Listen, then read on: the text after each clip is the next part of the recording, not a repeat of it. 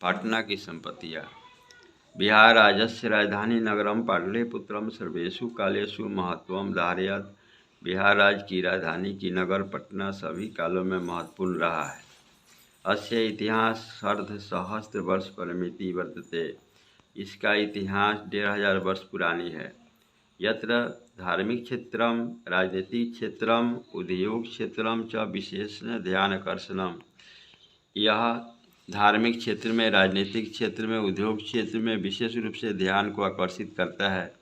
वैदेशिका यात्री मेगास्थनी फह्यान भेन्सांग इतिसिंह प्रभृतियः पाटलिपुत्रस्य वर्णनम स्व स्मरण ग्रंथे चक्रु। विदेशी यात्री मेगास्थनी फाहियान फेनसांग सिंह प्रभृति ने पटना का वर्णन अपने अपने स्मरण ग्रंथ में किया है। स्मरण ग्रंथ क्या होता है? कोई यात्री आया, यहाँ घूम कर गया तो उसके बारे में जो लिखा उसी को स्मरण ग्रंथ कहते हैं। पाठे अस्मिन् पाटलिपुत्र वैभवस्य समान परिचयो वर्तते। यानी इस पाठ में पटना की संपत्तियों के बारे में समान रूप से परिचय कराया गया है। प्राचीनेषु भारतीयेषु नगरः उन्नतम पाटलिपुत्रस्य गंग्या वसति चित्रम वहां नगरम बभुव।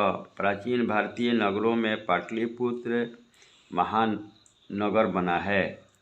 तब विषय है दामोदर गुप्त नामक कवि पुटनिम ताव्यम काव्यम कथयति।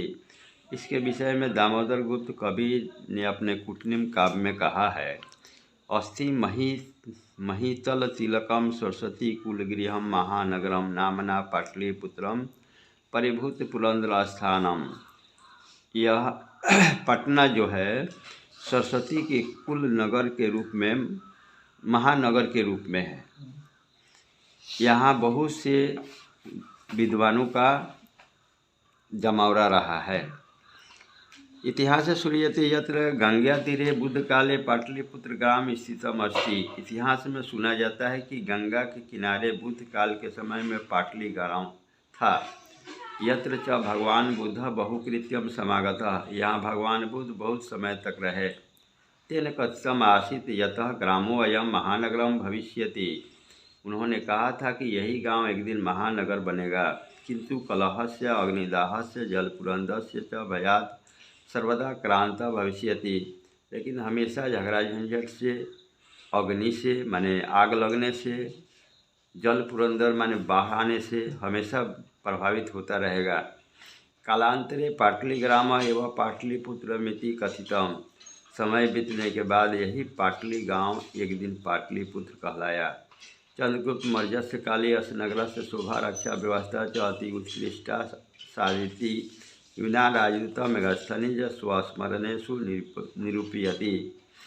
चंद्रगुप्त मौर्य के शासन काल में इस नगर की रक्षा और शोभा बहुत उत्तम थी। इसे यूनान के राजदूत मेगास्थनीज ने अपने स्मरण ग्रंथ में लिखा है।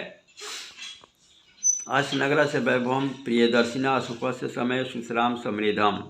इस नगर की संपत्ति प्रियदर्शी अशोक के समय भी बहुत समृद्ध था। बहुकालम पाटलिपुत्र से प्राचीना सरस्वती परंपरा प्रवर्तकः इति राजशेखरः स्व काव्यमीमांसा नामक कवि शिक्षा प्रमुखे ग्रंथे सादरम स्मरति। बहुत दिन तक यह पाटलिपुत्र जो सरस्वती का नगर रहा है, इसे राजशेखर ने अपने काव्य मीमांसा में बहुत आदर के साथ याद करता है। अत्र वर्षो वर्षावहि पाणिनि पिलंग व्याडी वररुचि पतंजलि यह परिचिता ख्याति जगमो। बताता है कि यहाँ वर्षों तक पाणिनि, पिलंग, व्याडी, वररुचि और पतंजलि जैसे महान विद्वानों का जमावड़ा रहा है। कतिपयेषु प्राचीन संस्कृत ग्रंथेषु पुराणादेषु पाटलिपुत्रस्य नामांतरम पुष्पपुरम कुसुमपुर व प्राप्यते। कहीं कहीं प्राचीन संस्कृत ग्रंथों और पुराणों में पाटलिपुत्र का नाम पुष्पपुर और कुसुमपुर भी मिलता है। अनेन ज्ञायते यत् नगरस्य समीपे पुष्पानां बहु उत्पादनं भवति स्म। इससे यह जानकारी मिलती है कि इस नगर के नज़दीक फूल का बहुत उत्पादन होता था। पाटलिपुत्रमिति शब्द अपि पाटल पुष्पानां पुतलित रचनाम् आश्रित प्रचलितः। पाटलिपुत्र भी शब्द पाटल पुष्प से ही प्रचलित हुआ। पाटल का मतलब होता है गुलाब। शरदकाले नगरे अस्मिन् कौमुदी महोत्सवः इति महान समारोह गुप्त शासन काले अतीव प्रचलितः। शरद काल में इस नगर में कौमुदी महोत्सव एक महान समारोह में होता था, जो गुप्त शासन काल में यह प्रसिद्ध था। पूछता है परीक्षा में कि गुप्त शासन काल में कौन सा महोत्सव होता था, तो कौमुदी महोत्सव। तत्र सर्वे जना आनंद मग्ना अभूवः। उस समय सभी लोग आनंद मनाते थे। संप्रति दुर्गा पूजा अवसरे तादृश एवं समारोह दृश्यते। आजकल दुर्गा पूजा के समय ऐसा समारोह दिखाई देता है। कालचक्र वशात अद्यापि मध्यकाले पाटलिपुत्र वर्ष सहस्त्र परिमिति जीर्णा अभूवः। समय बीतने के साथ आज से मध्यकाल तक यह पटना वर्षों पुराना हुआ। अत्र संकेतः अनेक साहित्य ग्रंथेषु मुद्रालक्षेषु लभ्यते। इसका संकेत अनेक साहित्यों के मुद्रण से मिलता है। मुद्रण माने छपाई करने से मिलता है। मुगल वंश काले अस्य नगर से समृद्ध हो जाता है। मुगल वंश में भी यह नगर समृद्ध हुआ। अंग शासन काले च पाटलिपुत्र सुसराम विकास हो जाता। अंग्रेजी शासन काल में भी पटना का बहुत बढ़िया विकास हुआ।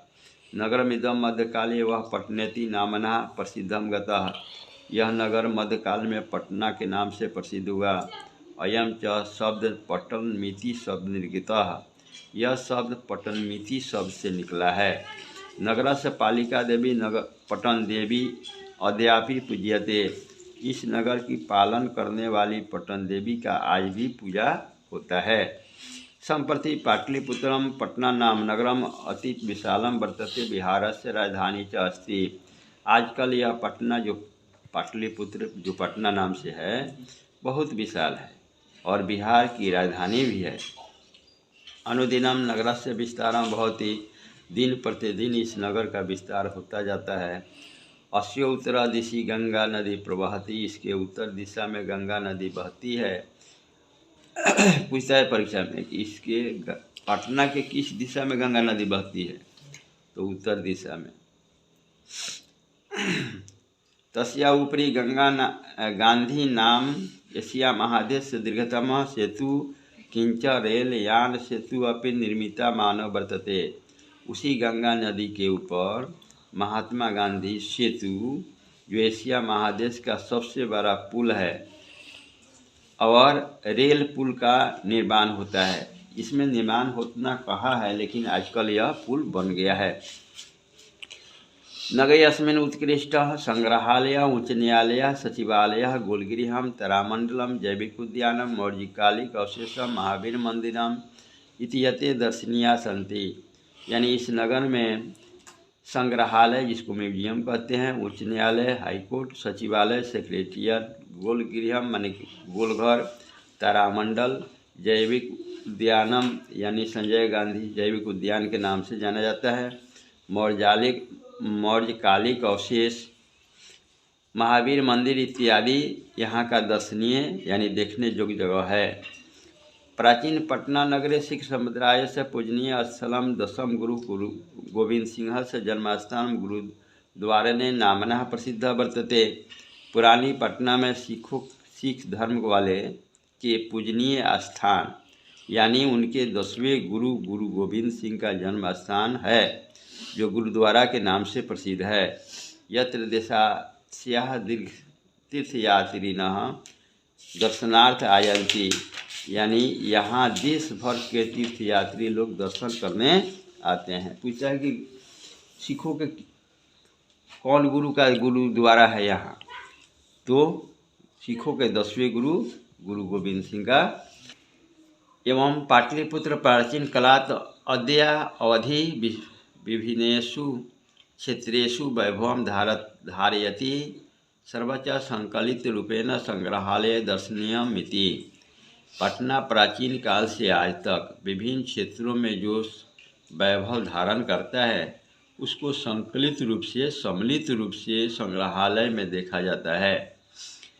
पर्यटन मानचित्रे नगरमिदं महत्वपूर्णम। पर्यटन के क्षेत्र में माने घूमने के मानचित्र में यह नगर महत्वपूर्ण है।